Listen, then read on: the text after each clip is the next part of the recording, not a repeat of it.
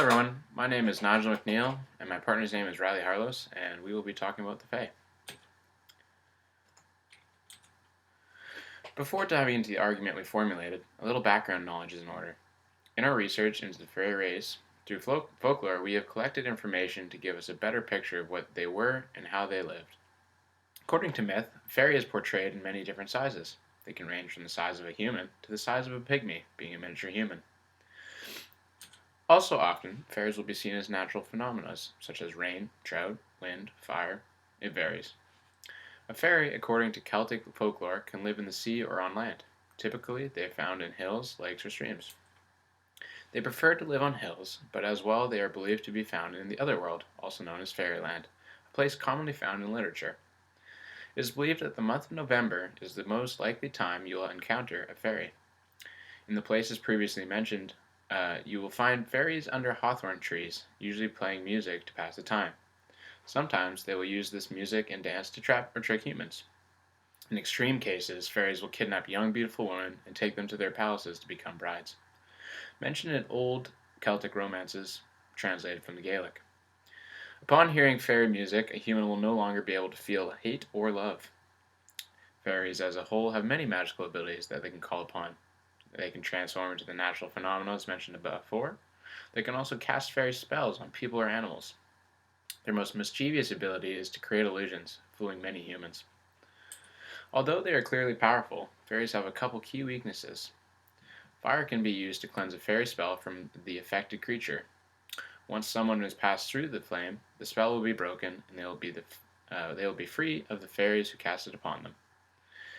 They are also weakened by ground ivy, this being based off African myth as it is a fairy repellent. Our topic today is not only focused on the general knowledge of the Fae, but also closely looks at the old Celtic religion, specifically the fairy faith. The fairy faith was a religion popular in the medieval times in the countries of Ireland, Scotland, Wales, Britannia, Cornwall, and the Isle of Man. The medieval Celtic fairy faith can be separated into four separate factions that have slightly different beliefs: mythological, druid, naturalistic, and pygmy. These religious practices have heavily influenced the content and themes of many stories in popular folklore, many of which are still told today in the countries that were once part of the Celtic Empire. The mythological theory is one of the four main theories of the fairy faith. Basically, the Celtic people viewed the fairies as the gods of the earth. This belief has been influential in the folklore that has been passed down generations in many different ways. The stories we specifically looked at were recorded by Lady Wilde in the book Ancient Legends of Ireland. These tales are recently recorded but can be dated back generations. Although the folklore could be seen as a more modern influence, the influences are clearly medieval. Some stories we came across in our research described fairies with godlike attributes or origins. One example of this was found in the story of the fairy race. Basically, this could be viewed as one origin story of the fairy gods. It is told that there were once angels banished from heaven to earth due to their overwhelming sense of pride.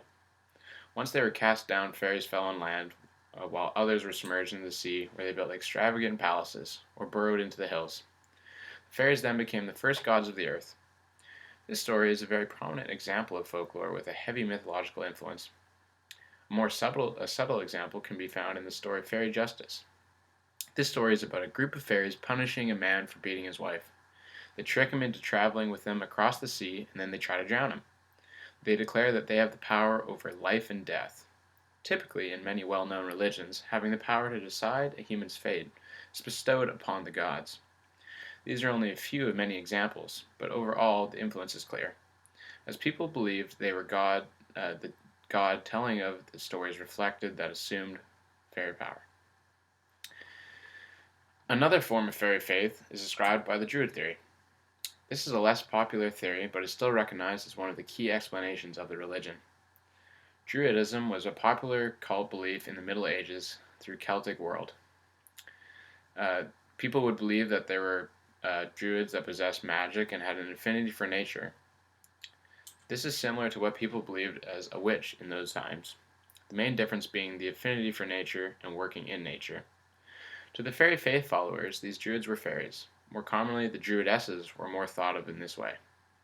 Catherine Briggs, in her book Fairies in Tradition and Literature, mentions that it is popular belief in Ireland that fairies were the ghosts of old druids.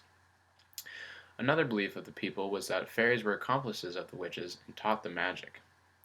There was less direct evidence of this theory, but mentions of druid characteristics in fairies were still found in some of the modern folklore we researched. The story Fairy Doctors is defining what a fairy doctor is. Typically, it is an old woman who heals with herbs and things found in nature and has supernatural or natural abilities. This closely resembles the abilities druidesses possessed. This particular story attempts to merge the idea of the druidess and the fairy. It does not, however, say if fairies are druids or even the ghost of druids. There are heavy similarities between the two, though, that can tie this theory together.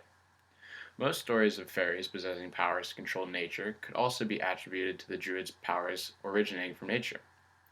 This theory impacts on folklore is less obvious, but you can still be found in some discrete ways. Moving on, one of the key characteristics of fairies that separates them from other creatures is their supernatural abilities. The naturalistic fairy faith theory uses the fairy power as an explanation for natural occurrences. Like most religions, they are created to help people explain what is going on in their surroundings and how the world works. Fairies in this religion are seen as ones creating these natural phenomena. During our research, we have come across some folklore incorporating these beliefs and using them to address the fairy faith. The story Fairy Wells captivates the ideas by mentioning of a fairy turning into a whirlwind of dust. This shares the idea that fairies are in the control of nature and the whole natural world, and control weather, allowing the influences of naturalistic theory to show through. The Fairy's Revenge is another Irish folklore that blames fairies for natural occurrences. In this story, the small boy gets very ill and delirious, creating illusions of fairies making him sick. That family believes him and gets a priest, but unfortunately he dies. This story connects something as a natural disaster can be something as natural as disease with a supernatural source. The fairy faith naturalistic theory is a prominent theme in this folklore. The final theory I'm going to talk about in the fairy faith is the pygmy theory, which stems from the belief that fairies are a small human-like race that can be dated back to prehistoric times. Many stories of fairies represented as these small figures, especially seen in modern-day film, such as Tinkerbell.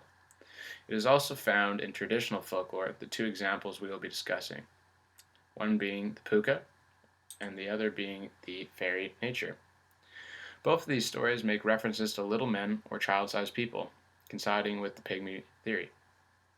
The Fuka story creates the image of little Fukas or little men farming the corn in the farm. In the story Fairy Nature, the fairies are depicted as miniature gods of the earth that like to bathe in the small cups of water left by housemaids. People in both medieval and modern times sometimes think of fairies as miniature. This has evolved because most folklore describes fairies as being human-sized and often mistaken for us. This alteration grew and became more influential as time progressed, leading to our present-day view of a small winged creature. To conclude these thoughts, after learning more about the fairy faith and examining past folklore, we felt a direct correlation could be made. By looking at the stories we outlined and the others we decided not to include, in this presentation there is a clear relationship between myth and religion in the Celtic culture. It is difficult to say if people believe these stories as fact or just as a fun pastime, but based on the vast majority of stories, the theme of the fairy had to have stemmed from some type of source. It is very possible that it was from the religion, and as the Celtic culture faded, so did the belief. Thank you so much.